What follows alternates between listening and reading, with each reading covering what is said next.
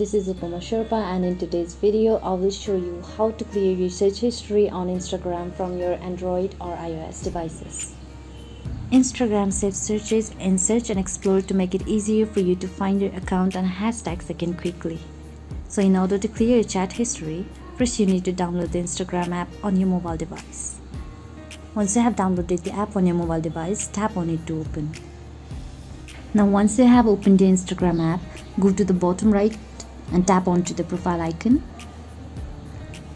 Tap on the three horizontal line that is on the top right corner of your screen and tap on settings. Once you tap on settings, you can see various options available here, so you need to go to the security option and tap on it. Once you tap on security, go to the bottom and tap on search history. Then here you can see all the searches you have once made. In order to clear all the searches, go to clear all option and tap on clear all. Now you have successfully cleared all your search history.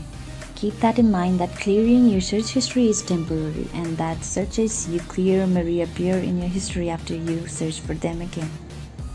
So that's it for today guys. Thanks for watching the video. Don't forget to hit the like button and subscribe to the channel. Keep updated for more videos like this. Thank you.